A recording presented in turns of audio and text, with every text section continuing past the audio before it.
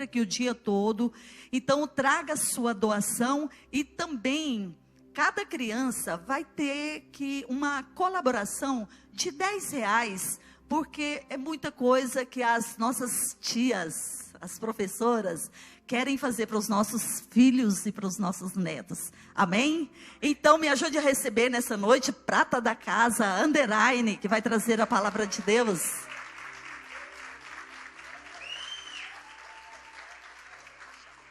Amém. Obrigado, pastora. Vamos orar para Deus acalmar meu coração, né? Glória a Deus. Feche seus olhos. Pai, nessa noite nós te agradecemos pela oportunidade de termos adorado a Ti com os nossos louvores, com a nossa voz e com os nossos dízimos e as nossas ofertas. Nós te pedimos que o Senhor continue nos abençoando, que o Senhor fale conosco através da Tua palavra, que nós possamos diminuir e o Senhor cresça através de nós, que o Senhor fale conosco, que o Senhor nos instrua, nos exorte, nos console, nos edifique, e que o Senhor traga as Tuas verdades do céu para nós, que nós possamos Te adorar através do nosso entendimento e a Tua sabedoria nos traga aquilo que o Senhor tem para falar conosco nessa noite, em nome de Jesus, amém. Aproveitando que vocês estão de pé, vamos repetir o tema comigo nessa noite, que é: os israelitas pedem um rei. Vamos lá? Os israelitas pedem um rei.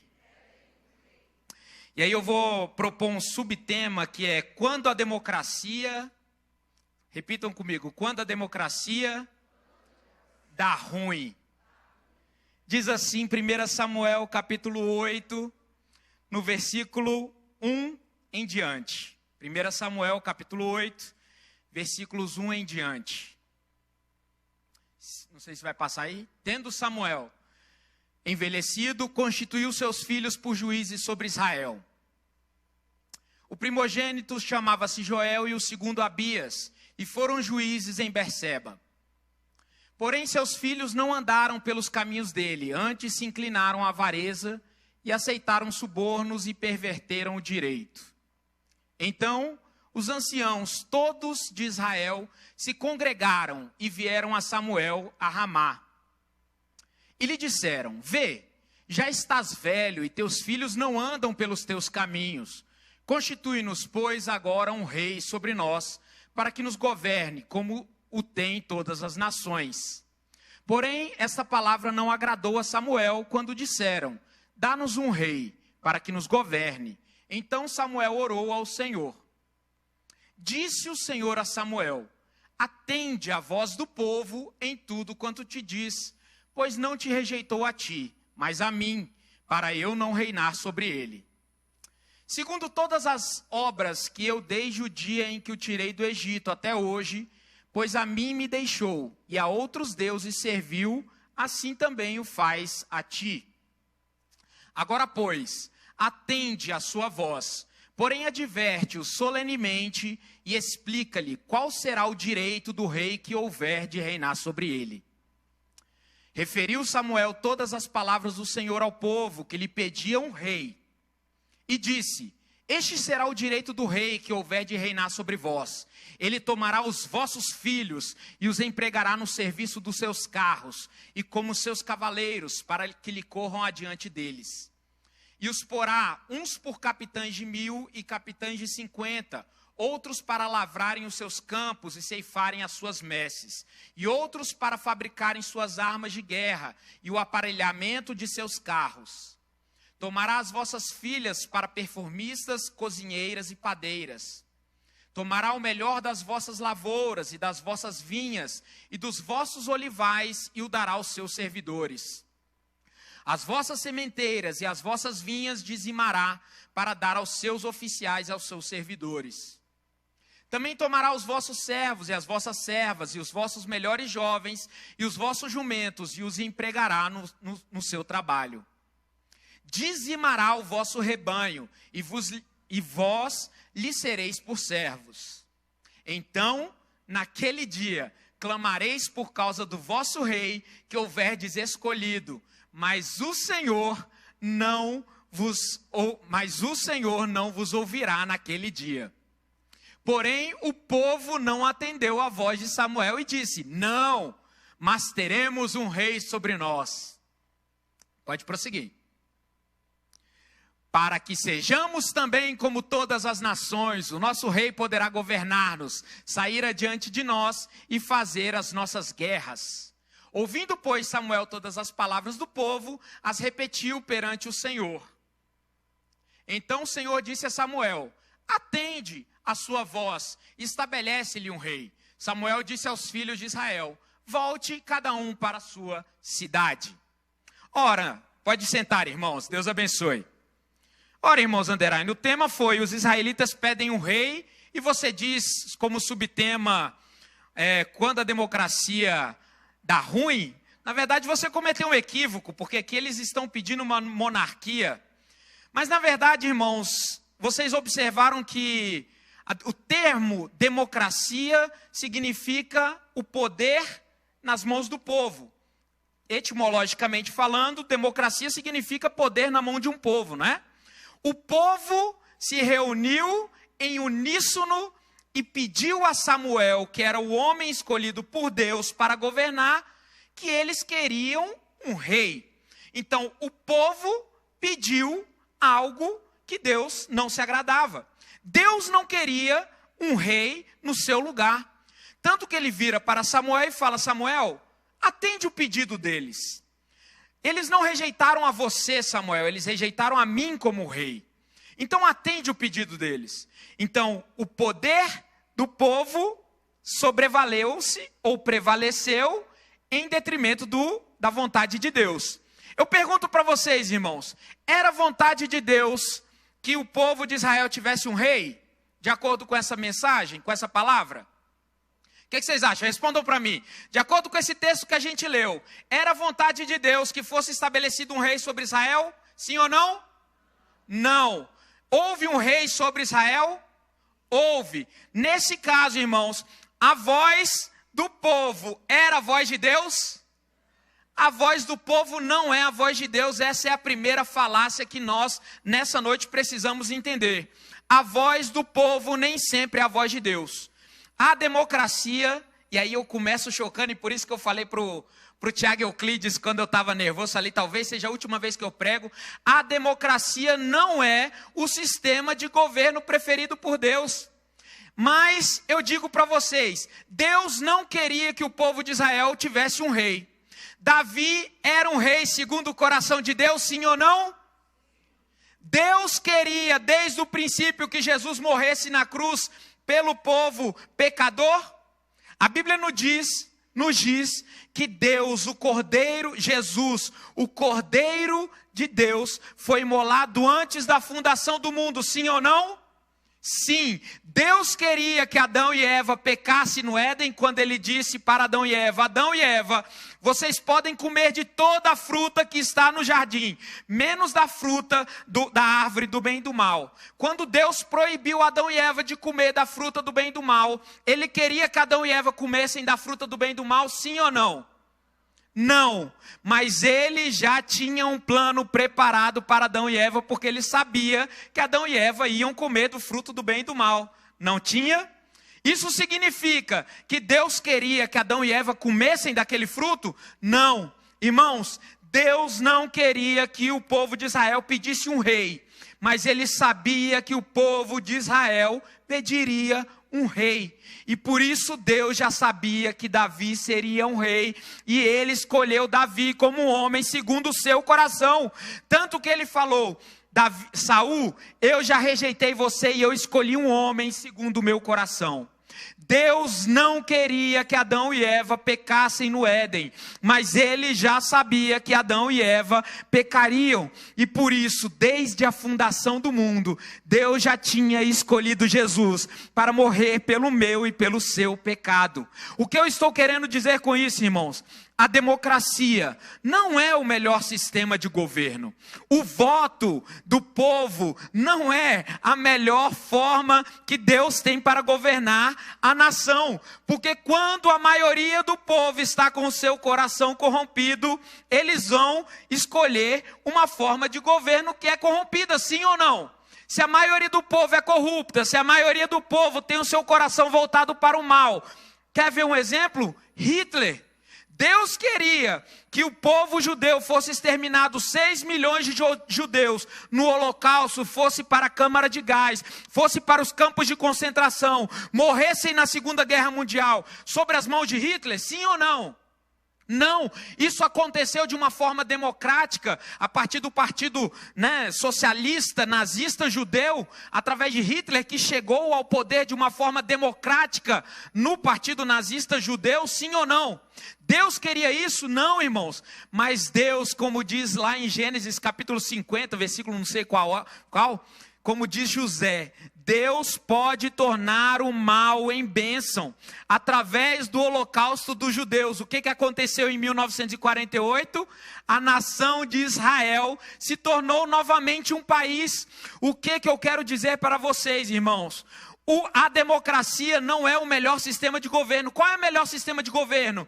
É aquele previsto nos novos céus e nova terra, quando diz que no milênio o nosso Senhor Jesus virá e todo olho verá e toda língua confessará que o Senhor é poderoso, e Ele virá em algum dia, não sei quando, e Ele governará com mão justa, forte e poderosa, e todas as nações se dobrarão a Ele. Não vai ter voto para alguém votar em Jesus e falar, eu escolho Jesus. Não, eu escolho o presidente, eu escolho fulano. Não, Jesus é corrupto. Irmãos, é Jesus e pronto, o soberano governador dos céus e da terra, aquele em quem não há dolo, aquele em quem não há culpa, aquele que é justo, poderoso, bondoso.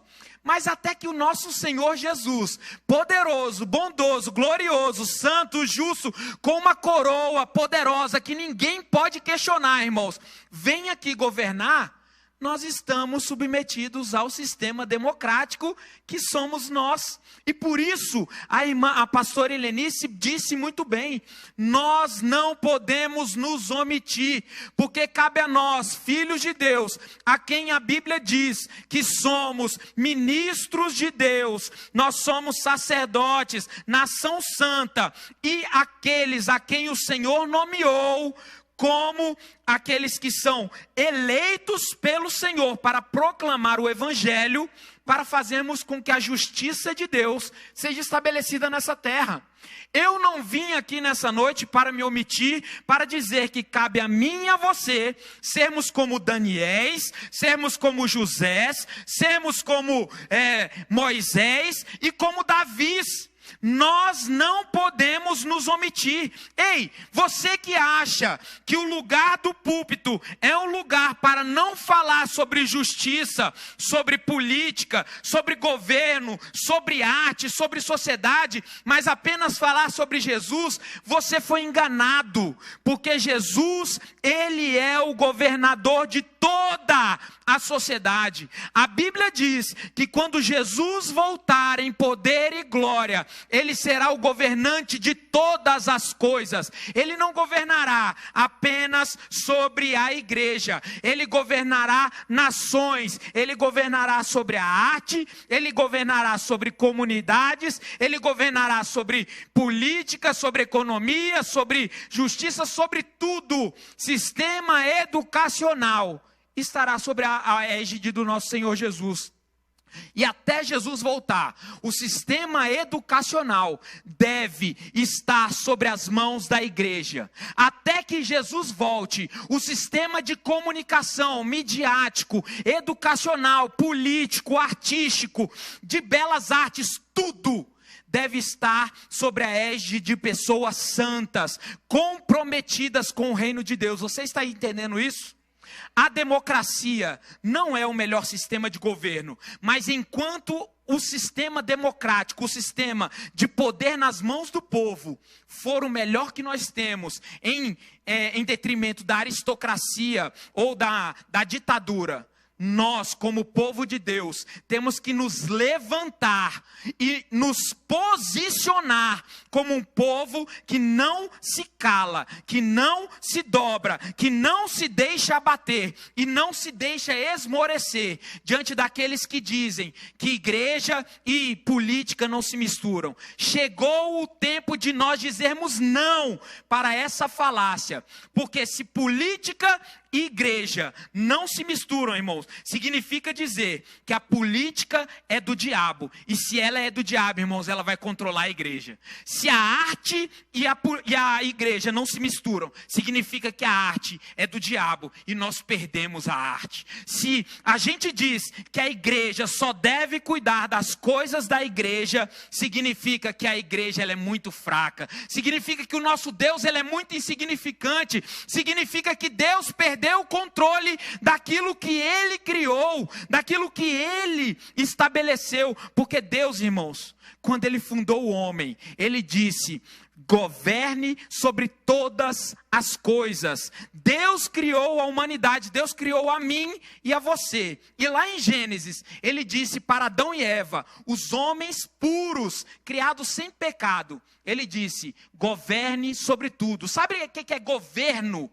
É estabelecer ordem, estabelecer projeto, estabelecer normas, estabelecer padrões. E se eu e você, como santos de Deus, não estabelecermos padrões de acordo com o reino dos céus, quem vai fazer isso, irmãos? Se você, como servo de Deus, não fizer, o diabo vai fazer. Vocês estão entendendo o que eu estou falando? E eu vou dar um outro exemplo para você ver como a democracia nas mãos dos ímpios dá ruim. João, capítulo 19, a partir do versículo 8, diz assim: então, por isso, Pilatos tomou a Jesus e mandou açoitá-lo. Os soldados, tendo tecido uma coroa de espinho, puseram-lhe na cabeça e vestiram-no com um manto de púrpura. Chegaram-se a ele e diziam: salve, rei dos judeus! E davam-lhe bofetadas. Outra vez saiu Pilatos e lhes disse: eis que eu vos apresento para que saibais que eu não acho nele crime algum. Essa é a aristocracia.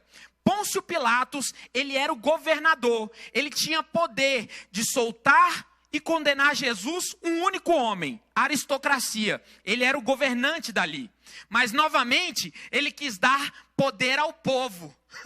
Quis dar o poder democrático. E olha como o povo é poderoso nas suas ações.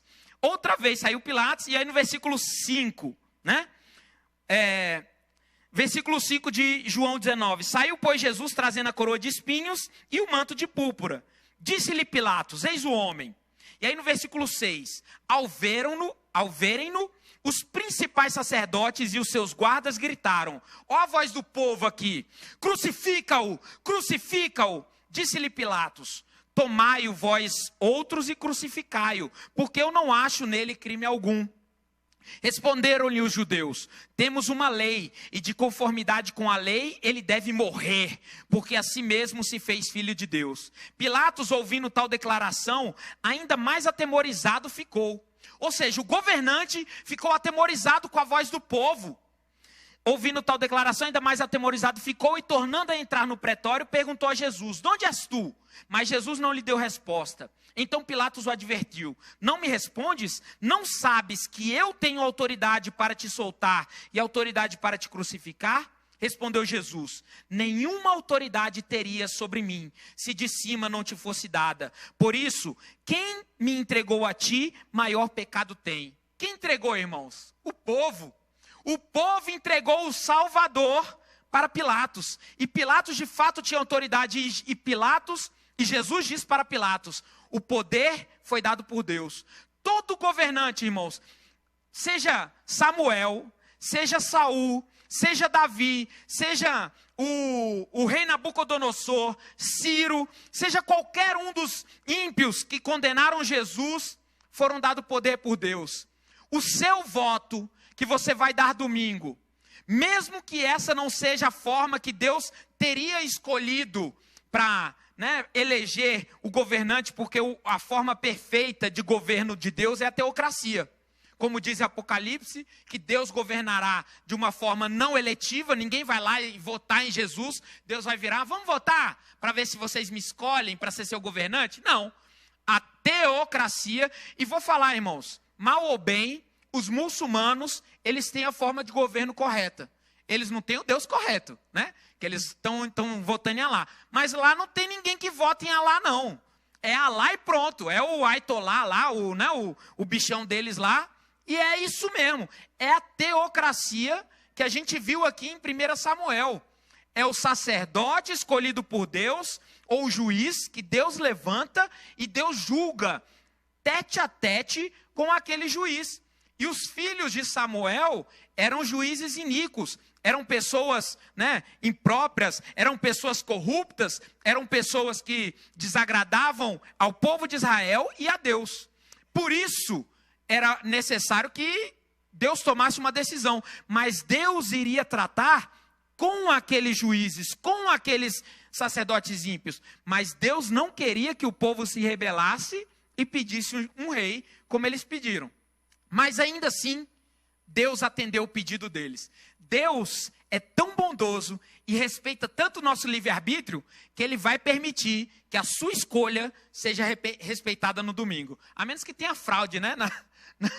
E aí Deus vai tratar. A gente tem orado, inclusive jejuado de meia-noite a 1 para que Deus intervenha nessa situação, porque a Bíblia diz que a oração do justo pode muito em seus efeitos, né, pastor? E é por isso que a gente tem clamado, a gente tem orado, mãos santas, e a Bíblia diz em Romanos 14, né, que Deus, Ele atende a oração dos justos, e Ele quer que nós levantemos mãos santas a todo tempo, e que nós oremos pelas autoridades constituídas. Mas voltando para o texto, e Pilatos, ouvindo tal declaração, ainda mais se atemorizou. Versículo 11. Respondeu Jesus: nenhuma autoridade teria sobre mim, se de cima não te fosse dada. Por isso, quem me entregou a ti tem maior pecado. Aí no 12. A partir desse momento, Pilatos procurava soltá-lo. Um ímpio, irmãos, que não conhecia a história dos judeus, queria soltar Jesus. Mas o povo judeu clamavam: se soltas a este, não és amigo de César. Todo aquele que se faz rei é contra César.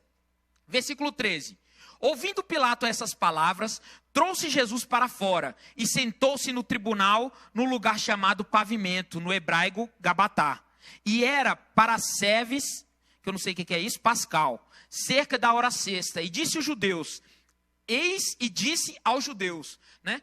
Aqui é o Pilatos zombando ou provocando os judeus. Eis aqui o vosso rei.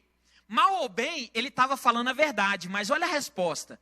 Eles, porém, clamavam: fora, fora, crucificam. Disse-lhes Pilatos: hei de crucificar o vosso rei? E olha a resposta deles. Responderam os principais sacerdotes: não temos rei, senão César. Então Pilatos o entregou para ser crucificado. Qual foi a voz do povo nesse sentido, irmãos? Eles negaram o seu próprio rei. Alguém tem dúvidas de que Jesus é o rei dos reis, o Senhor dos senhores? Que Jesus é o rei dos judeus, o verdadeiro Salvador? Tanto é, irmãos, que o sacerdote Caifás disse e profetizou um capítulo antes: caia sobre nós e sobre os nossos filhos o sangue de Jesus. Que profecia maravilhosa! E de fato, o sangue de Jesus que purifica dos pecados caiu sobre os judeus e sobre nós que éramos gentios e nos purificou dos pecados. A voz do povo disse: crucifica Jesus. Não era vontade de Deus que Jesus se martirizasse por nós, mas era vontade de Deus. Olha que incoerência, ou na verdade um paradoxo. Deus nunca quis que Adão e Eva comessem da árvore do bem e do mal, mas desde o início Deus preparou Jesus para morrer pelo meu e o seu pecado.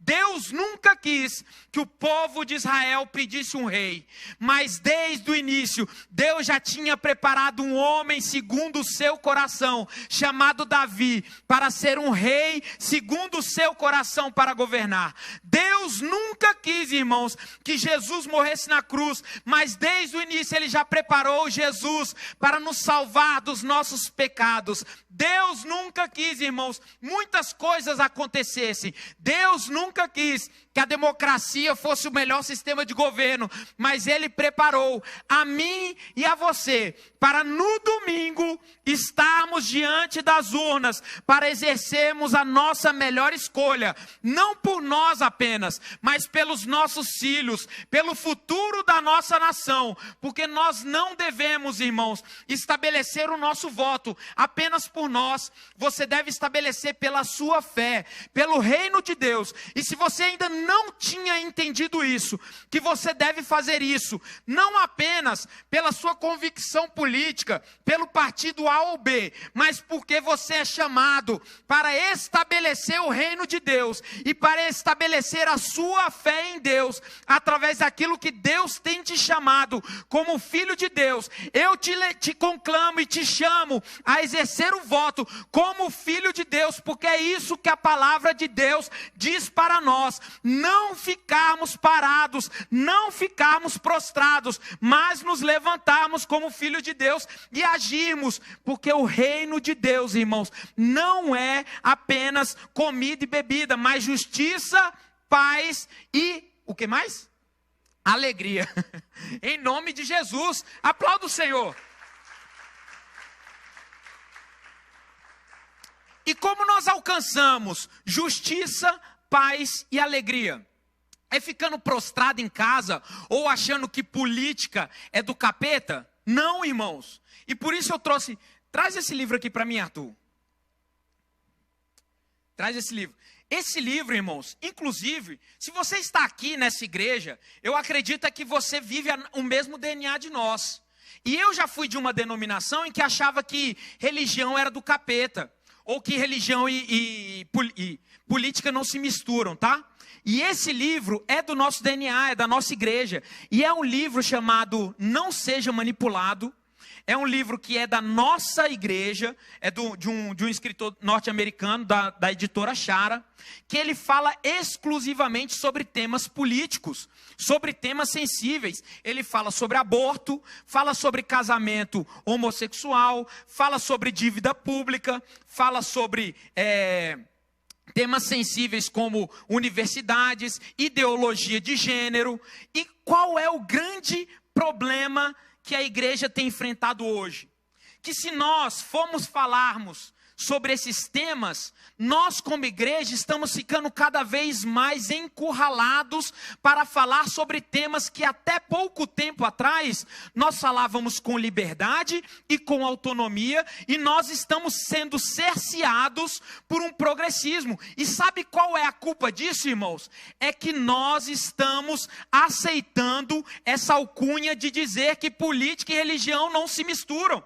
Ei, irmãos, sabe qual é a etimologia de política?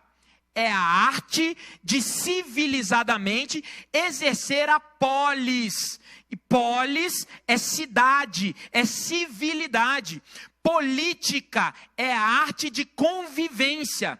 É impossível você conviver e não exercer a política. Política como sistema de exercício da polis, da convivência, é a arte de convivência. É impossível você ser cidadão e não exercer política.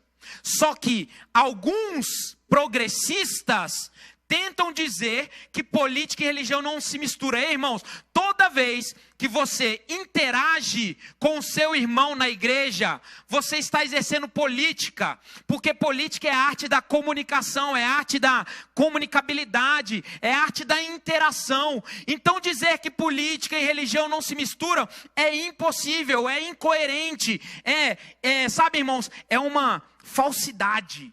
Só que o que tentam dizer, irmãos, é que a igreja deve ficar fora do exercício das decisões da sociedade. E é por isso que a igreja cada vez mais vem perdendo espaço. Quer ver um exemplo? Desse livro aqui, ele fala algo e eu estou caminhando para o fim, mas eu quero te encorajar. E eu não estou falando em quem você deve votar, eu estou falando de princípios bíblicos. E eu dei 2 exemplos, quando a voz do povo, mal direcionada, destoada dos princípios cristãos, daqueles princípios que você não ouve o direcionamento de Deus, em que você não segue o que a pastora disse, que é você procurar nos candidatos princípios em que estão os valores de Jesus. E não é falar de Jesus, é falar daquilo que Jesus falava, é pregar aquilo que Jesus pregava. E aí, olha um exemplo aqui que esse autor ele fala aqui nesse livro. Se há 50 anos um pastor tivesse dito que tirar um bebê do útero é uma coisa ruim, as pessoas iriam responder: claro que é. É óbvio que isso é ruim. Se você falar isso hoje em dia, alguns dirão: pastor, você está sendo muito político. Isso não é algo para se tratar no púlpito. É ou não é que isso acontece, irmãos? Vamos lá, é ou não é? Se vocês discordarem, levanta a mão, que aqui a gente está num ambiente democrático, não é? Não, é teocracia, eu estou aqui como... Estou brincando, irmãos. Agora, quer ver um outro exemplo? Isso há 50 anos. Agora vamos mais próximo. Se há 30 anos um pastor tivesse dito que a prática da homossexualidade é considerada uma abominação para Deus, como de fato tem na Bíblia, no Novo Testamento, lá em Romanos capítulo 1 e capítulo 2, é considerado uma abominação para Deus, as pessoas teriam concordado unanimemente. Teriam dito: claro que é uma abominação para Deus, está na Bíblia.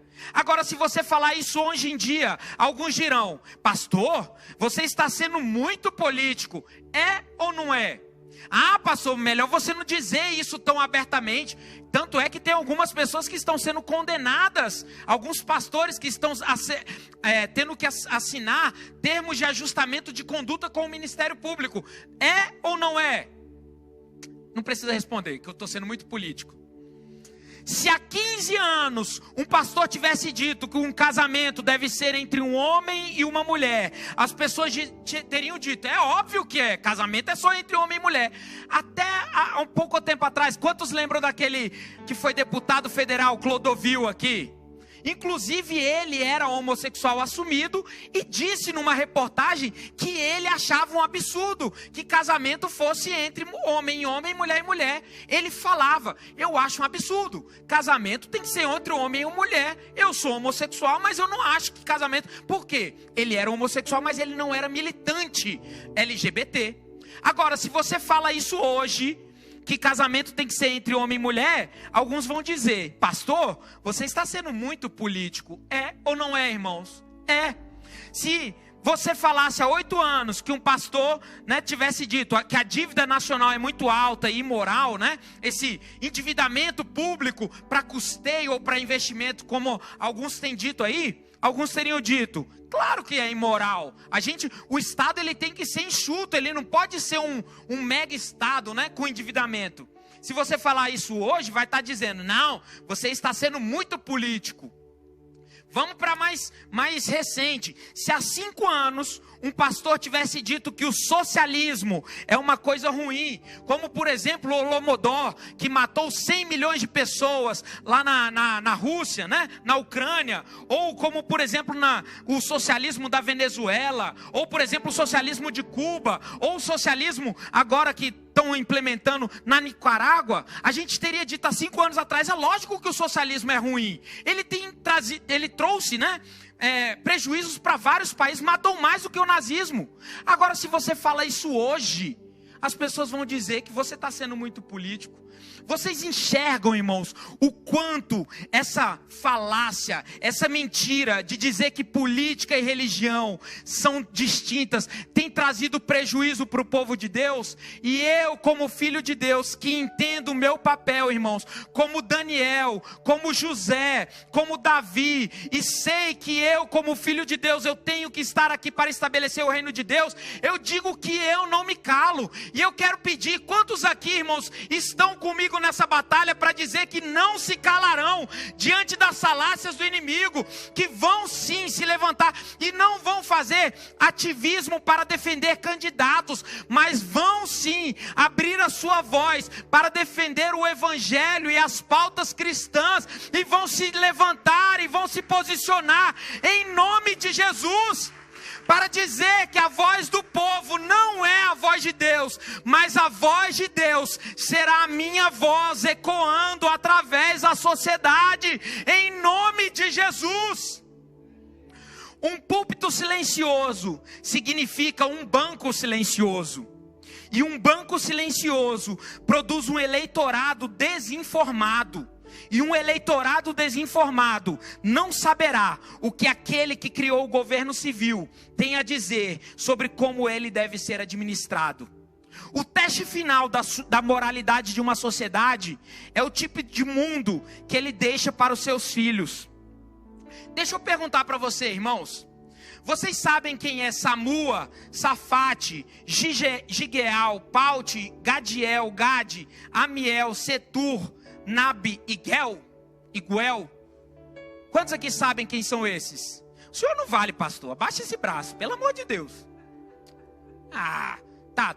Gostei, Anderson. Por isso que eu estou falando. Você, na próxima que eu tiver de coordenador, você vai fazer o profético aqui. Em nome de Jesus. Quantos mais aí, irmãos? Me orgulho. Eita, legal. Sabe quem são esses 10 que eu citei?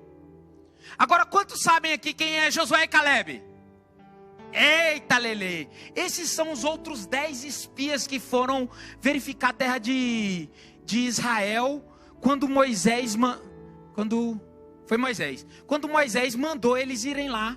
Por que a gente só lembra de Josué e Calebe? Porque os outros 10 foram covardes. E a história tende a esquecer dos covardes. A história tende a não se lembrar daqueles que se calam, daqueles que têm uma missão de Deus e se prostram e se acovardam, mesmo quando Deus manda se levantar. Josué e Calebe, ele tinha a mesma missão dos outros 10. E os 10 voltaram com a mesma visão, com o mesmo propósito, com a mesma ordem. Mas 10 deles, irmãos, se deixaram abater ou se deixaram levar por uma falsa perspectiva, por uma falsa ideia, mesmo eles tendo, irmãos, a mesma ordem de Deus. Vão, observem, porque essa terra já é de vocês. Mas apenas 2, irmãos, apenas 2 deram ouvidos ao que Deus tinha falado, e 10 deles ficaram esquecidos na história. E eu pergunto para você, irmãos, quem você quer ser, ou quem você quer ser lembrado pelos seus filhos, como os 10 que foram esquecidos pela sua covardia, ou que voltaram em qualquer um, se deixaram levar pela multidão? Ou você vai ser como esses 2, irmãos, que ouviram a voz de Deus, ouviram a voz dos sacerdotes, e se levantaram e disseram: eu sou aquele que estabelece o reino de Deus nessa terra. Nós vamos entrar na terra prometida e vamos comer esses filisteus não, né? Jebuseus, ferezeus, como se fossem pães. Se coloque de pé nessa noite.